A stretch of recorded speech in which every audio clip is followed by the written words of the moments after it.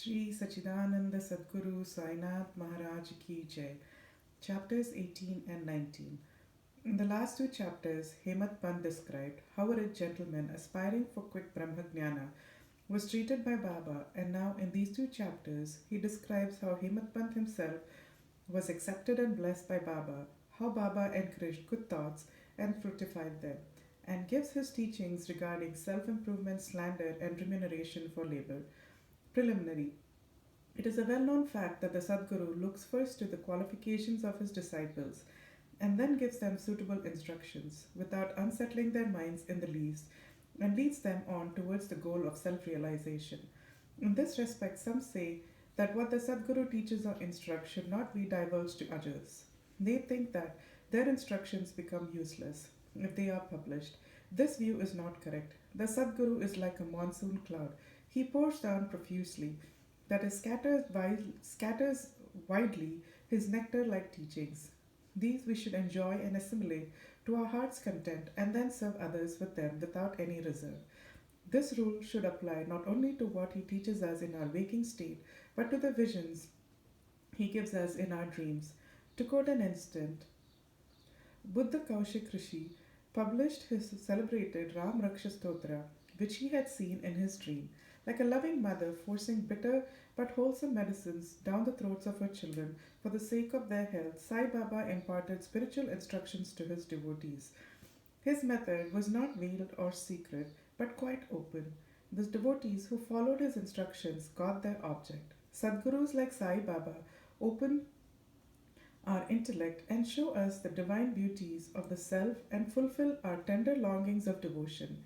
When this is done, our desire for sense objects vanishes. Twin fruits of Viveka and Vairagya come to our hands, and knowledge sprouts up even in the sleep. All this we get when we come in contact of saints, serve them, secure their love. The Lord, who fulfills the desires of his devotees, comes to our aid, removes our troubles and sufferings, and makes us happy. This progress or development is entirely due to the help of Sadguru, who is regarded as the Lord himself. Therefore, we should always be after the Sadguru, hear his stories, fall at his feet, and serve him. Now to come to our main story. Mr. Sathe. There was a gentleman named Mr. Sathe who had attained some publicity many years ago during Crawford regime, which was put down by Lord Rie, the government of Bombay. He suffered severe losses in trade. Other adverse circumstances gave him much trouble and made him sad and dejected. Being useless, he thought of leaving home and going out to a distant place. Man does not generally think of God, but when difficulties and calamities overtake him, he turns to him and prays for relief. If this if his evil actions have come to an end, God arranges his meeting with a saint who gives him proper directions regarding his welfare. Mr. Sathe had similar experience. His friends advised him to go to Shirdi, where so many people were flocking to get Sai Baba's darshan for getting peace of mind and the satisfaction of their wants. He liked the idea and at once came to Shirdi in 1917 AD. Seeing Baba's form, which was like eternal Brahma, self luminous, spotless, and pure, his mind lost its restlessness and became calm and composed. He thought that it was the accumulation of merits in his former births that brought him to the holy feet of Baba. He was a man of strong will. He at once started to make a parayana of Guru Charitra. When the reading was finished in the Saptaha, Baba gave him a vision that night. It was to this effect. Baba, with Guru Charitra in his hand, was explaining its contents to Mr. Sathe, who was sitting in front and listening carefully. When he woke up, he remembered the dream and felt very happy. He thought that it was very kind of Baba, who awakens souls like his that are snoring in ignorance and makes them taste the nectar of Guru Charitra. Next day, he informed Kaka Sahib Dikshit of his vision and requested him to consult Sai Baba regarding its meaning or significance, whether one saptaha regarding was sufficient, or whether he should begin again. Kaka Sahib Dikshit, when got a suitable opportunity, asked Baba, Deva, what did you suggest to Mr. Sathe by this vision? Whether he should stop or continue the saptaha? He is a simple devotee. His desires should be fulfilled, and the vision explained to him, and he should be blessed. Then Baba explained, he should make one more saptaha of the book. If the work be studied carefully, the devotee will become pure and will be benefited.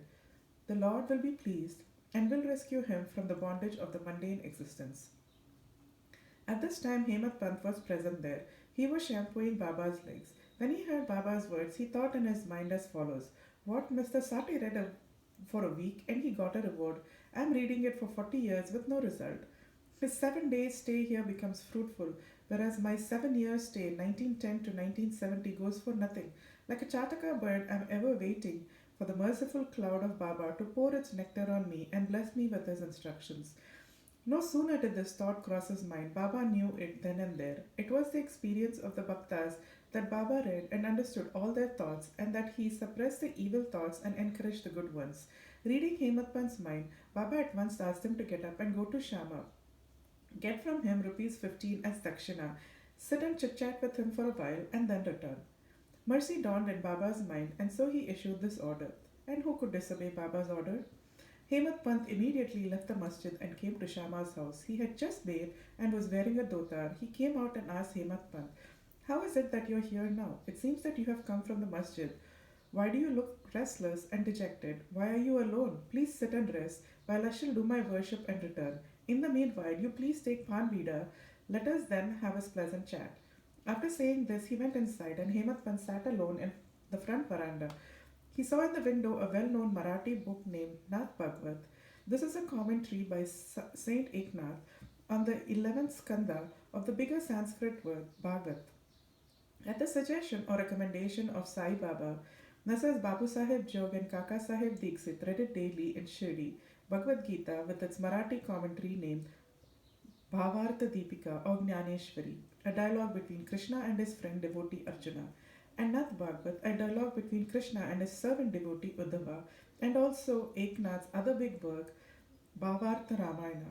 When devotees came to Baba and asked him certain questions, he sometimes answered them in part and asked them to go and listen to the readings of the above mentioned works, which are the main theorises of Bhagavad Dharma. When the devotees went and listened, they got full and satisfactory replies to their questions. Hemant Pant also used to read daily some portions of the book Nath Bhagavad. That day he did not complete the daily portion of his reading and had left it unfinished in order to accompany certain devotees who were going to the masjid. When he took up the book from Shama's window and casually opened it, he found to his surprise that the unfinished portion turned up. He thought that Baba sent him very kindly to Shama's house for enabling him to complete his daily reading. So he went through the unfinished portion and completed it. As soon as it was over, Shama, after doing his worship, came out and the following conversation took place between them. Hemat Pant: "I have come with a message from Baba. He has asked me to return with rupees 15 as dakshina from you, also to sit with you for a while and have a pleasant chit chat and then return to the masjid with you." Shama with surprise: "I have no money to give. Take my 15 namaskaras in lieu of rupees as dakshina to Baba." Hemat Pant: "All right, your namaskaras are accepted. Now let us have some chit chat. Tell me some stories and leelas of Baba which will destroy our sins." Shama: "Then sit here for a while. Wonderful is the sport of this Baba. You know it already. I'm a village rustic, while you are an enlightened citizen. You have seen some more leelas since your coming over here. How should I describe them before you? Well, take these leaves, betel nut, and chunam, and eat the pan vida while I go and dress myself and come out." In a few minutes, Shama came out and sat talking with Hemat Pant. He said, "The leela of this god is inscrutable. There is no end to his leelas. Who can see them? He plays or sports with his leelas. Still, he is outside them. What do we rustics know? Why does not Baba himself tell stories? Why does he send learned men like you to fools like me? His ways are inconceivable. I can only say that they are not human." With this preface, Shama added, "I now remember a story which I shall relate to you. I know it personally, as the devotee is resolute and determined. So is Baba's immediate response. Sometimes Baba puts the devotees to severe test and then gives them Upadesh."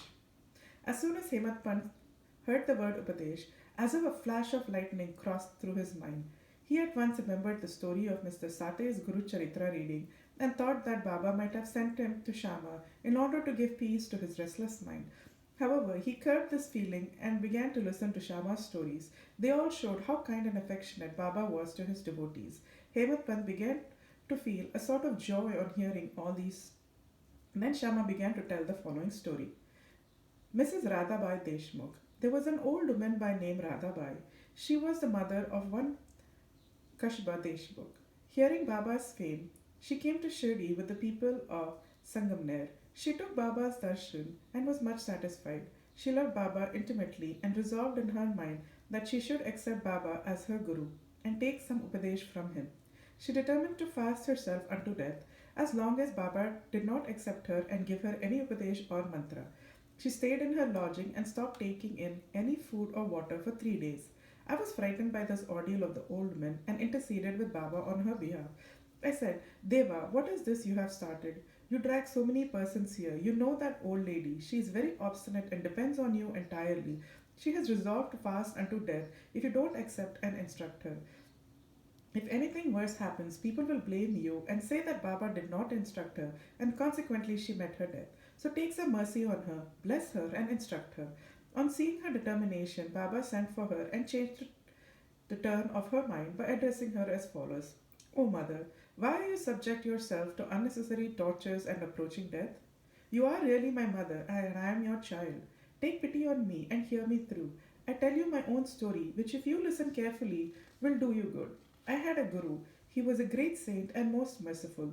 I served him long, very long. Still, he would not blow any mantra into my ears. I had keen desire never to leave him but to stay with him and serve him, and at all costs receive some instructions from him. But he had his own way. He first got my head shaved, asked me 2 pieces as dakshina. I gave him the same at once. If he say that my guru was perfect, why should he ask for money? And how should he be called desireless? I replied plainly that he never cared for coins. What had he to do with them? His 2 P's were: 1. Firm faith, 2. Patience or perseverance. I gave these 2 P's or things to him and he was pleased. I resorted to my guru for 12 years. He brought me up. There was no dearth of food and clothing. He was full of love, or say he was love incarnate. How can I describe it? He loved me most. Rare is a guru like him. When I looked at him, he seemed as if he was in deep meditation, and then we were both filled with bliss. Night and day I gazed at him with no thought of hunger and thirst. Without him I felt restless. I had no other subject to meditate, nor any other thing than my guru to attend. He was my sole refuge. My mind was always fixed on him. This is 1 pice of dakshina, saburi. The other pice I waited patiently and very long on my guru and served him. This saburi will ferry you across the sea of this mundane existence. Saburi is manliness in man. It removes all sins and afflictions, gets rid of calamities in various ways, and casts aside all fear and ultimately gives you success. Saburi is the mine of virtues, consort of good thought. Nishta and Saburi are like twin sisters, loving each other intimately. My guru never expected any other thing from me. He never neglected me, but protected me at all times. I lived with him and sometimes away from him. Still, I never felt the want or absence of his love. He always protected me by his glance, just as the tortoise feeds her young ones, whether they are near her or away from her on the other side of the river bank, by her loving looks. My mother, my guru, never taught me any mantra. Then how shall I blow any mantra in your ears? Just remember that Guru's tortoise like loving glance gives us happiness. Do not try to get mantra or upadesh from anybody. Make me the sole subject of your thoughts and actions, and you will no doubt attain Paramatma, the spiritual goal of life. Look at me wholeheartedly, and I in turn look at you similarly. Sitting in this masjid, I speak the truth, nothing but the truth. No sadhanas, no proficiency in the six shastras are necessary. Have faith and confidence in your Guru. Believe fully that Guru is the sole actor or doer. Blessed is he who knows the greatness of his Guru and thinks him to be Harihara and Brahma incarnate. Instructed in this way, the old lady was convinced. She bowed to Baba and gave up her fast. Hearing the story carefully, attentively, and marking its significance and appropriateness, Hemadpant most agreeably surprised. On seeing this wonderful Leela of Baba, he was moved from top to toe. He was overflowing with joy, his throat was choked, and he was not able to utter a single word. Shama, on seeing him in this condition, asked, "What is the matter with you? Why are you silent? How many innumerable Leelas of Baba shall I describe?" Just at the time, the bell in the masjid began to ring, proclaiming that the noon worship and arti ceremony had begun. Therefore, Shama and Hemadpant hurried to the masjid. Babu Sahib Jog had just started the worship Women were up in the masjid and men were standing below in the open courtyard, and they were all loudly singing the arti in chorus to the accompaniment of drums.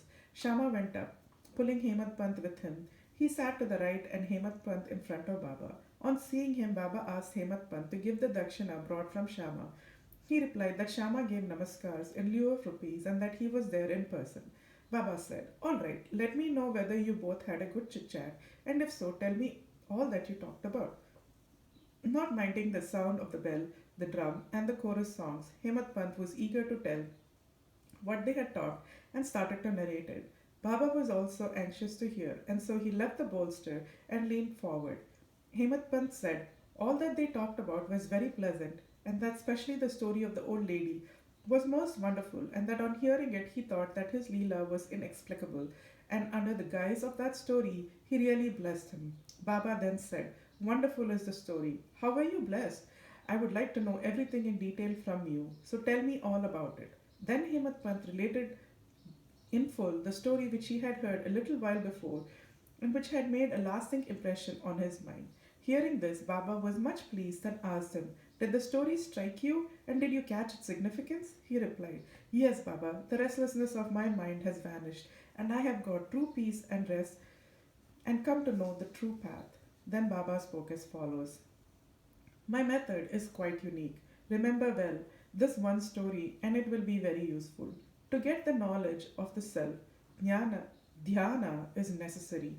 If you practice it continuously, the vrittis, that is thoughts, will be pacified. Being quite desireless, you should meditate on the Lord, who is in all creatures, and when the mind is concentrated, the goal will be achieved. Meditate always on my formless nature, which is knowledge incarnate, consciousness and bliss. If you cannot do this, meditate on my form from top to toe, as you see here night and day.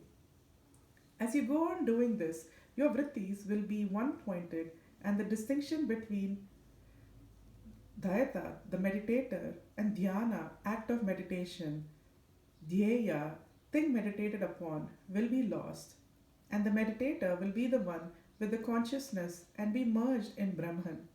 The mother tortoise is on one bank of the river, and her young ones are on the other side. She gives neither milk nor warmth to them. Her mere glance gives them nutrition. The young ones do nothing but remember their mother. The tortoise glance is to the young ones a downpour of nectar, the only source of sustenance and happiness. Similar is the relation between the Guru and disciples. When Baba uttered these last words, the chorus of the Aarti song stopped, and all cried out loudly in one voice, "Victory be to our Satguru Sai Maharaj, who is existence, knowledge, and bliss." Dear readers, let us imagine that we are at this moment standing amongst the crowd in the masjid, and let us join in this Jai Jaikar. After the Aarti ceremony was over, prasad was distributed. Babu Sahib Jog advanced as usual and after saluting Baba, gave into his hand a handful of sugar candy. Baba pushed all this quantity into the hands of Hemat Pant and said to him, "If you take this story to heart and remember it well, your state will be as sweet as the sugar candy. All your desires will be fulfilled and you will be happy." Hemat Pant bowed before Baba and implored, "Do favor me like this, bless and protect me always." Baba replied, "Hear the story, meditate on it, assimilate its spirit. Then you will always remember and meditate on the Lord, who will manifest himself to you." Dear readers, Hemat Pant got prasad of sugar candy. Then we now get the prasad of sugar candy or nectar of this story. Let us drink it to our heart's content and meditate on it and assimilate it and be strong and happy by Baba's grace. Amen. Towards the end of the chapter 19, Hemat Pant had dealt with some other matters which are given below. Baba's advice regarding our behavior. The following words of Baba are general and invaluable. If they are kept in mind and acted upon, they will always do you good. Unless there is some relationship or connection, nobody goes anywhere. If any man or creatures comes to you, do not discourteously drive them away, but receive them well and treat them with due respect. Sri Hari will be certainly pleased. If you give water to the thirsty, bread to the hungry, clothes to the naked, and your veranda to strangers for sitting and resting, if anybody wants any money from you, and you are not inclined to give, do not give, but do not bark at him like a dog. Let anybody speak hundreds of things against you. Do not resent by giving any bitter reply.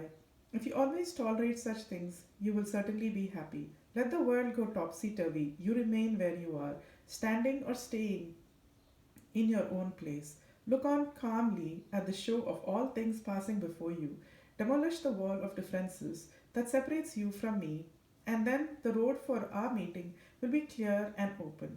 The sense of differentiation, as I and thou, is the barrier that keeps away the disciple from his master, and unless that is destroyed, the state of union or atonement is not possible. Allah Malik, that is, God, is the sole proprietor. Nobody else is our protector. His method of work is extraordinary, invaluable, and inscrutable. His will be done, and He will show us the way and satisfy our heart's desires. It is on account of Ranan Bandham, former relationship, that we have come together. Let us love and serve each other and be happy. He who attains the supreme goal of life is immoral and happy. All others merely exist, that is, live so long as they breathe. Encouraging good thoughts of fruition. It is interesting to note how Sai Baba encouraged good thoughts. You have to surrender yourself completely to him with love and devotion, and then you will see how he helps you off and on in so many things. Some saints have said that when you get a good thought immediately after wakening from sleep, and if you develop the same afterwards during the day, your intellect will be unfolded and your mind will attain calmness. Hemadpant wanted to try this. On one Wednesday night before going to bed, he thought, tomorrow is Thursday, an auspicious day, and the place, that is Shirdi, is so holy, so let me pass the whole day in remembering and celebrating the Ramanama, and then he slept. Next morning when he got up, he remembered without any effort the name of Rama and was so pleased. He then, after finishing his morning duties, went to see Baba with flowers. When he left Dikshit's Vada and was just passing Bhuti's Vada, present Samadhi Mandir, he heard a beautiful song that was being sung nicely by one Aurangabadkar in the masjid before Baba. The song was Guru Kripa Janapayo Mere Bai, etc. by Eknath, in which he says that he got collyrium in the form of his Guru's grace, which opened his vision and made him see Rama in and out, in sleep, dream, and waking state, and everywhere. There were so many songs, but why was this song particularly chosen by Aurangabadkar, a devotee of Baba? Is this not a curious coincidence arranged by Baba to amplify the determination of Hemadpant to sing unceasingly Ramanama during the day? All saints agree on and lay stress upon the efficacy of uttering Rama's name in fulfilling the ambitions of the Bhaktas and in protecting and saving them from all calamities. Variety in Upadesh, slander condemned. Sai Baba required no special place nor any special time for giving instructions. Whenever occasion demanded, he gave them freely. Once it so happened that a Bhakta of Baba revealed another, reviled another behind his back before other people. On leaving aside merits, he dwelt on the faults of his brother and spoke so sarcastically that the hearers were disgusted. Generally, we see that people have a tolerancy to scandalize others unnecessarily, and this brings on hatred and ill will. Saints see scandal in another light. They say there are various ways of cleansing or removing dirt, that is, by means of earth, water, and soap. But a scandalmonger has got a way of his own. He removes the dirt of others by his tongue. So, in a way, he obliges the person whom he reviles, and for this he is to be thanked. Sai Baba had his own method of correcting the scandalmonger. He knew by his omniscience that what the slanderer had done, and when he met him at noon near the Lendi, Baba pointed out to him a pig that was eating filth near the fence and said to him, behold, how with what relish it is gorging dung. Your conduct is similar. You go on reviling your own brethren to your heart's content. After performing many deeds of merit, you are born as a man. And if you act like this, will Shirdi help you in any way? Needless to say that the Bhakta took the lesson to his heart and went away. In this way, Baba went on giving instructions whenever necessary. If these are born in our minds and acted upon, the spiritual goal is not far off. There is a proverb which says, "If there is hurry, Lord, He will feed me on my cot." This proverb is only true in respect of food and clothing, but if anyone trusting in this sits quietly and does nothing in spiritual matters, he will be ruined. He has to exert himself to his utmost for attaining self realization. The more he endeavors, the better for him. Baba said this, that he was omnipresent, occupying land, air, country, world, light, and heaven, and that he was not localized. To remove the misunderstanding of those who thought that Baba was only his body, 3 cubits and a half in length, he incarnated himself in this form. And if any devotee meditated on him day and night with complete self surrender, he experienced complete union without any difference with him, like sweetness and sugar, waves and sea, eye and its luster. He who wants to get rid of the cycle of births and deaths should lead a righteous life, with his mind calm and composed. He should not speak harshly to anyone, so as to hurt him to be quick. He should always engage himself in good actions, should do his duties and surrender himself, heart and soul, to him. He need not then be afraid of anything. He who trusts him entirely, hears and expounds his Leelas, and does not think of anything else, is sure to attain self realization. Baba asked many to remember his name and to surrender to him. But to those who wanted to know who they were, who am I inquiry, he advised Shravanam, study, and Mananam, meditation, to some. He advised remembering God's name to others, hearing his Leelas to some, to worship his feet, and to others reading and studying Atma, Adhyatmaka Ramayana, Jnaneshwari, and other sacred scriptures. Some he made sit near his feet, some he sent to Khandova temple, and some he advised the repetition of the 1,000 names of Vishnu, and some the study of Chanda Yoga Upanishad and Gita. There was neither any limit nor any restriction to his instructions. To some he gave them in person, to others by visions and dreams. To one addicted to drink, he appeared in his dream, sat on his chest, pressed it, and left him, after he gave a promise not to touch liquor anymore. To some he explained some mantras like Guru Brahma in dreams. To some devotee who was practicing Hatha Yoga, he sent word that he should leave off Hatha Yoga practices, sit quiet and wait. Saburi. It is impossible to describe all his ways and methods. In ordinary worldly dealings, he set examples by his actions, one of which is given below. Remuneration for labor. One day at noon, Baba came near Radhakrishna Mai's house and said, "Bring me a ladder." Some men brought it and set it against the house directed by Baba. He climbed up on the roof of a Vaman Gonkar's house, passed the roof of Radhakrishna Mai's house, and then got down from the other corner. What object Baba had, none could know. Radhakrishna Mai was at that time shivering with malaria. It might be to drive off that fever, that he may have gone there. Immediately after getting down, Baba paid rupees 2 to the persons who brought the ladder. Somebody made bold and asked Baba why he had paid so much for this. He replied that nobody should take the labor of others in vain. The workers should be paid his dues promptly and liberally. If this principle taught by Baba is followed, that is, if the remuneration for labor be paid promptly and satisfactorily, the laborers will turn out better work, and both the laborers and the employers will be profited, and there will be no room for lockouts and strikes, no ill feeling between labor and capital. Woe to Sri Sai, peace be to all. Sri Sachidananda Sadguru, Sainath Maharaj Ki Jai. End of chapter 18 and 19.